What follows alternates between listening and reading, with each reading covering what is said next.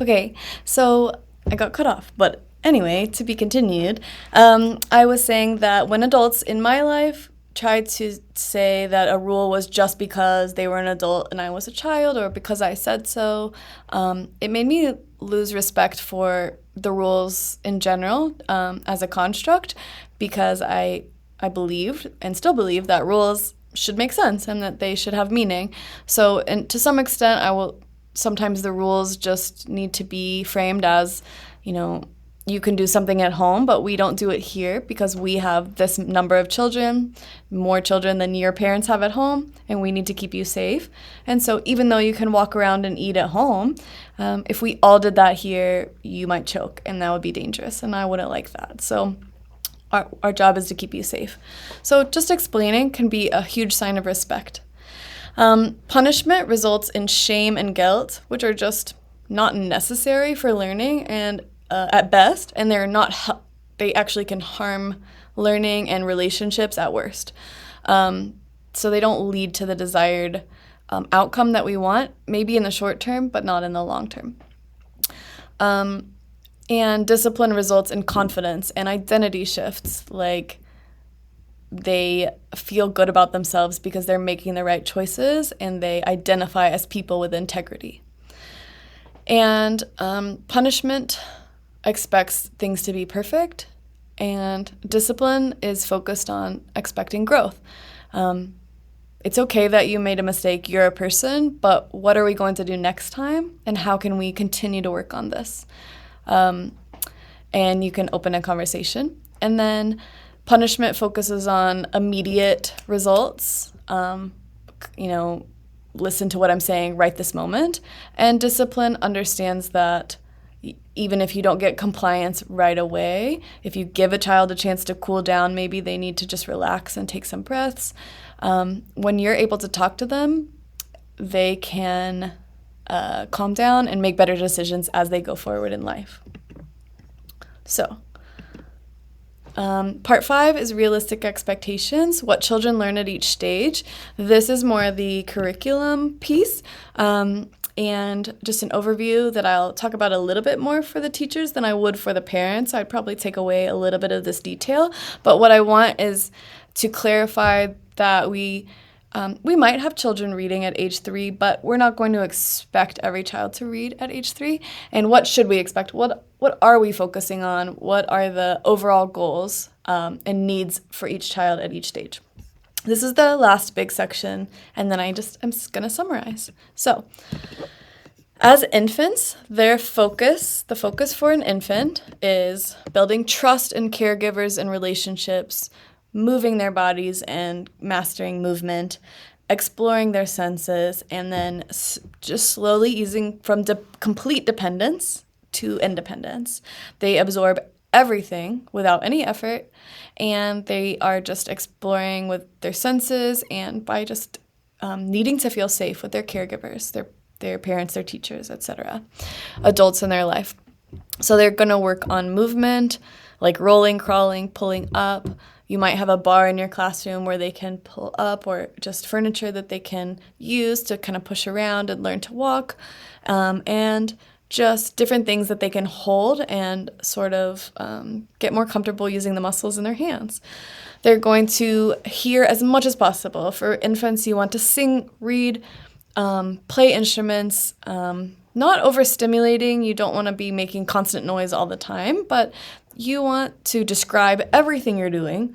I'm putting your diaper on. I am going to get your socks out. Then it will be lunch. Then it will be this. Just narrate everything you're doing. The more you say, the more that they will be exposed to all the words that they need to understand.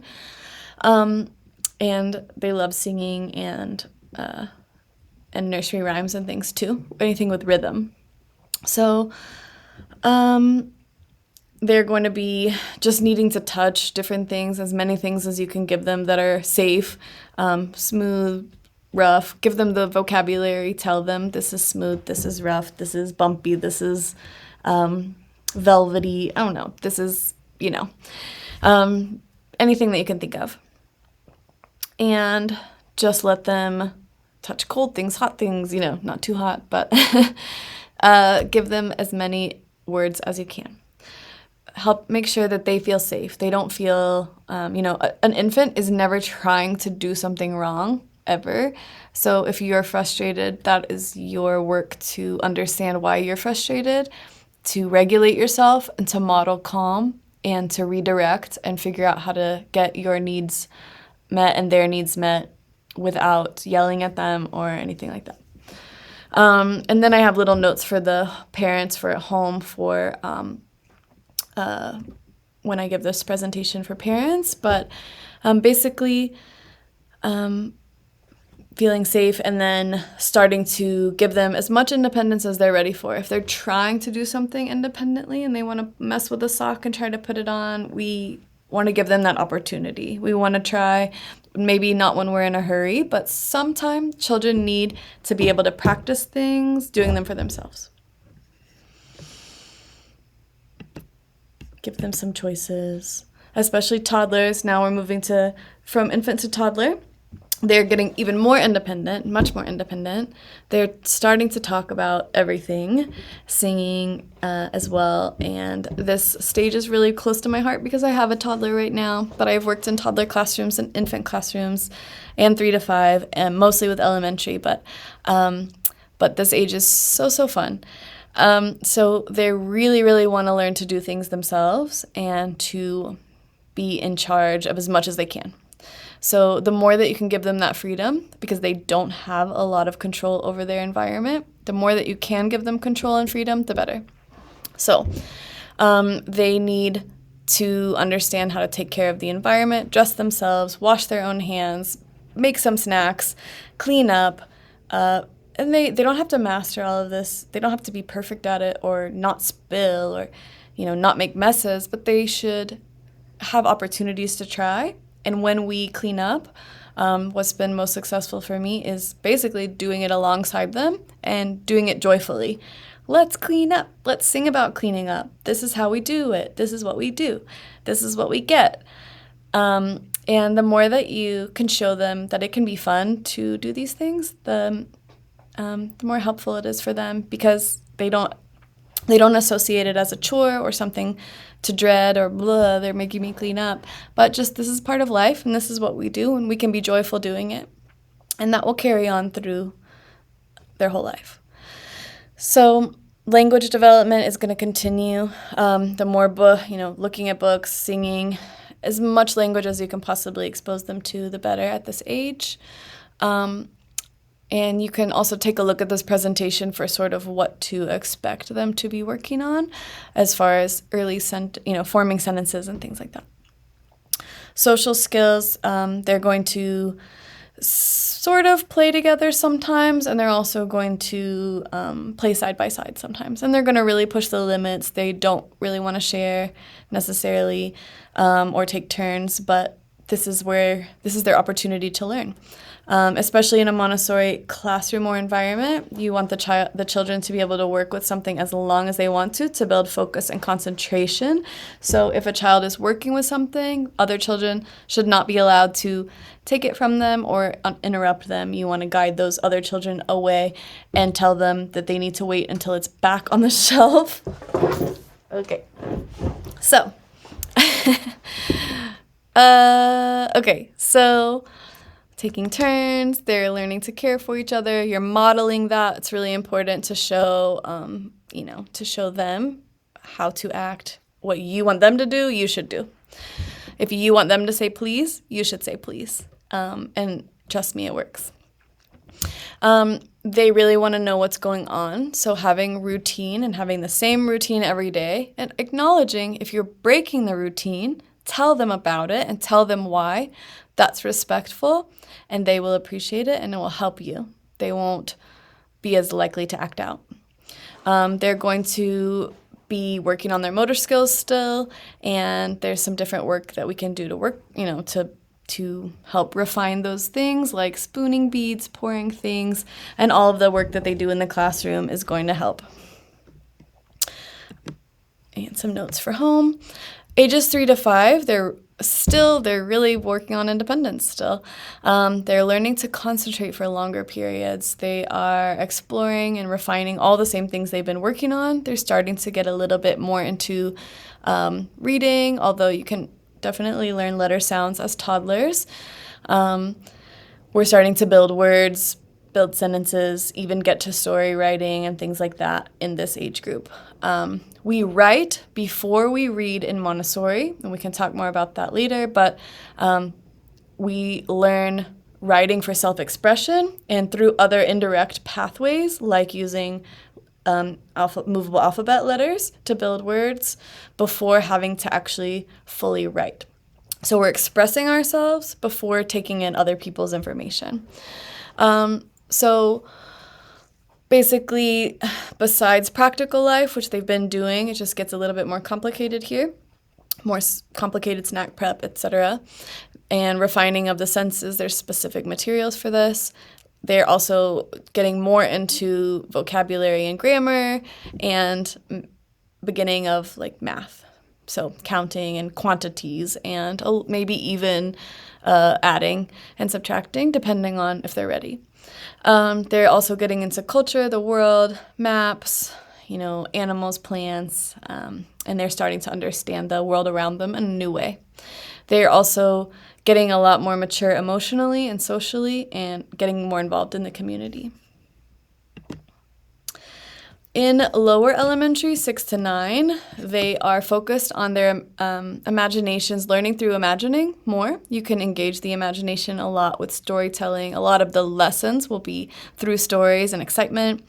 They really want to categorize the world, use reasoning, work together, and they're learning about everything. The whole universe is their curriculum, and I have another presentation all about the elementary curriculum, but we're basically giving them everything we know from the beginning of time to the farthest reaches of the universe and putting them within that. Where do you fit within all that we know about the whole world and space and beyond in the beginning of time? And there's a lot of mysteries, and you can help solve them. So it's a really exciting time for them, and the work is really cool and complex, and we learn a lot of different things. But they're basically getting exposed to every subject. And one of the things that's different about Montessori is that we're not withholding and saying, oh, chemistry's too complicated for you. You can't do that until you're 17 years old. We're telling them about atoms and molecules and suspensions and things like that. And we're just not jumping too fast in any given subject. We're giving them the beginnings of all the subjects, and then we're building on them all slowly and building a web, showing all the interconnectedness of all these different ways of thinking and showing how everything is connected. So upper elementary is just a continuation. A lot of times upper and lower are in the same room, but sometimes people split them, especially if they have really large classes. It's very similar, except they're just getting more mature and they're getting deeper into everything. And you can start to really raise standards for their academic achievement because you've built such a strong foundation and you've built this strong relationship that they can really get into, like it says here, decimals, essays, analytical writing, research, you name it. So they're getting really, really deep into learning. They're becoming leaders in the community. They're teaching the younger children. And as they get a little bit older, they even, have started little small business projects and learned about money in a hands-on way. And especially the next stage, they'll do that more. But they start that even here. And adolescence, I'm going to put myself over here for now. So adolescence from 12 to 18, there's sort of middle school, high school time. At first, the children sort of go toward more like almost away from academics towards deeper social life understanding and entrepreneurial sort of activity, maybe a farm was sort of one of Maria Montessori's ideal situations for this age. Or I went to a school in Indonesia, their middle schoolers and high schoolers had a pop-up coffee business that they were running, and they would have science lessons related to the soil, and they would have economic lessons related to their business model, and they would learn about composting.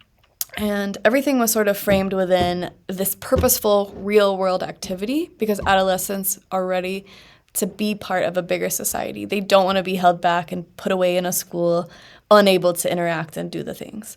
So yeah, they want to like find themselves. They're ready to engage with the real world. I'm just seeing if I missed anything. They do still do academic things, but it's more linked to real world applications. But as they get a bit older, they can sort of return to a little bit more abstract. We can do, almost like the level of work that is happening in some liberal arts colleges can be happening in high school already with their level of maturity. They can do deep dives into texts. They can get really scientific, and they can find how they want to contribute to the world and who they want to be and how they want to use their time. And then, so every child, even though, we have a curriculum, we approach it a little bit according to what we see in the child. We can repeat a lesson if it needs repeating. We can go back. We can skip ahead. We can do multiple lessons in a row if a child is finding things really easy. We want to meet them where they are, and we want to, a child can be really advanced in math and yet need a little bit more help in in a science because it just isn't, they're not quite ready to delve in the same way. So we can approach the child as a unique individual, knowing that even if there's a different path, they're still reaching the pinnacle, which is becoming the best person they can be, the smartest person they can be, the happiest person they can be, the best community member they can be. They are learning to be who they are and to find their strengths and to use those strengths to succeed in life. And success can look different depending on what they want and what you want for them and what your society needs and what your community needs. So each individual is, basically educated according to who they are. Okay, so the last bit, just to summarize, I basically just wanted to ask parents to say, what do they want for their children? What is it that they are looking for? Are you looking for someone who has a bunch of things memorized and forgotten?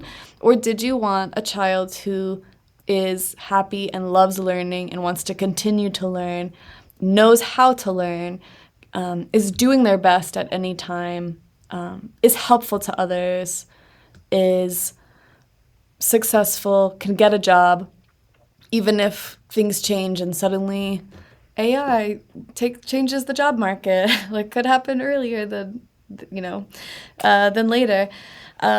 So are your children adaptable? Is that what you're looking for? Do you want children who are critical thinking, adaptive, well-rounded, healthy people, or people who just listen to whatever they're told to do and are shut down otherwise? And I think that if you want a child who has self-actualized and feels confident and well-rounded, then this is what you're looking for. And overall, this model was made for children who, the idea is that when children are self-actualized and they're confident and they have the tools to handle their emotions, to express themselves, they understand their place in the world, that they are then helpful and peaceful adults who help others, who find jobs that are fulfilling, that don't make the world a worse place, at least maybe make the world a better place, and that there's less violence, less unnecessary trauma than there has been. And especially Maria Montessori lived through world wars, and there are still things happening all over the world that are difficult to contend with, and it doesn't have to be that way, and we can be part of making things better.